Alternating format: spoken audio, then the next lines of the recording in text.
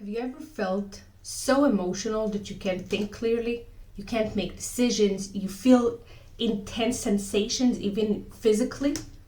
This is called emotional flooding, and that's what I want to talk to you about today. So hi, if it's your first time here, my name is Adi and I'm a clinical psychologist. I help women reframe their priorities for the sake of their own life, but also in the sake of their loved ones. So emotional flooding, it's a surge of intense emotions that can quickly overwhelm you. In this overstimulated state, your body can shut down and it becomes difficult to manage your feelings or, as I said, think clearly. This can cause you to mentally withdraw, experience emotional outbursts, get you to react in a way that you feel later regret. And it doesn't coincide with how you want to be in your life.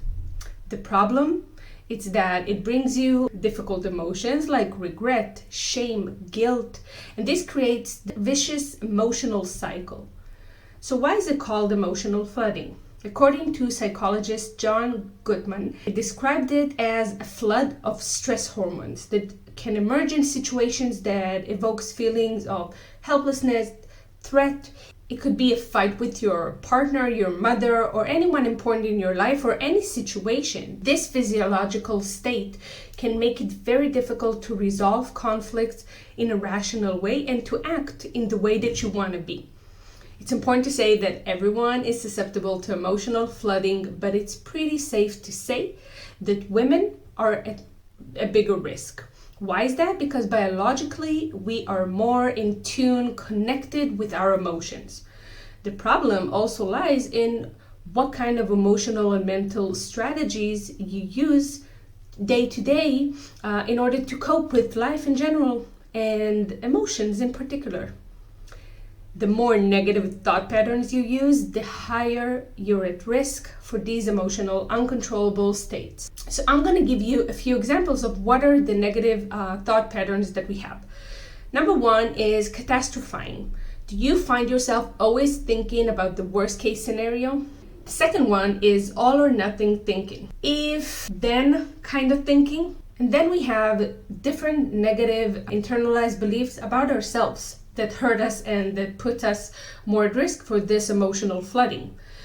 I am not good at. I don't know how to. I always do this.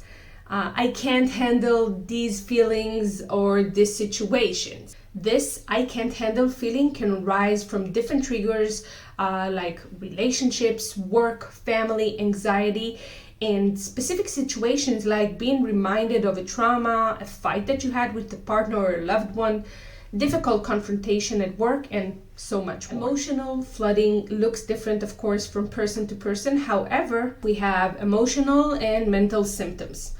If you're feeling overpowered by your emotions, as if you are no longer in control, maybe you have inability to think clearly, heightened likelihood of making quick or irrational decisions. If you feel like the negative self-talk is arising more and more, racing thoughts, or feeling like you're on the verge of tears all the time.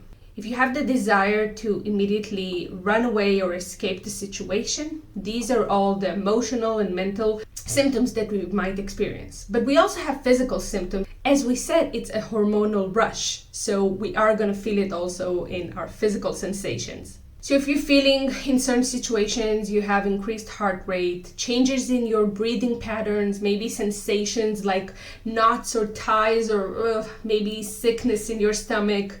Are you sweating, shaking? Any kind of these physical symptoms can be in a situation where you're emotionally flooded. One of the most difficult consequences of these states for us as humans is not just the obvious difficulty of carrying the moment and enduring through these symptoms, but it's also the out of control feeling that we get. And it could be this yelling and losing it in front of your kids, or maybe saying difficult things to your partner or anyone that you love, not being able to make decisions. Any kind of these symptoms can make you feel worse. Any other action you do that just feels like it wasn't chosen by you, but it's more being controlled by your emotions. So it's crucial to find a way to regain control over your emotions and body in order to have a meaningful interpersonal relationships, improving your mental health and overall sense of well-being.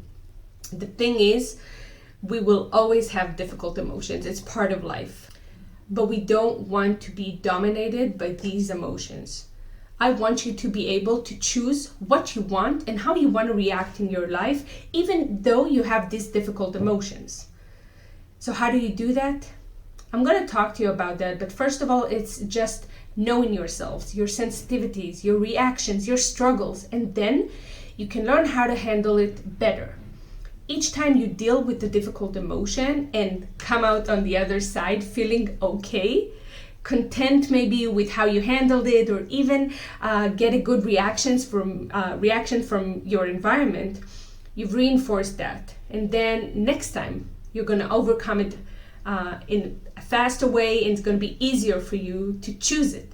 It's like a mental muscle that you have to flex every time, and then the next time it happens, it's going to be easier. So how do you do that? Join me next week as I explain all the tips and tricks for how to choose and how to manage your difficult emotions and situations, especially when you're emotionally flooded.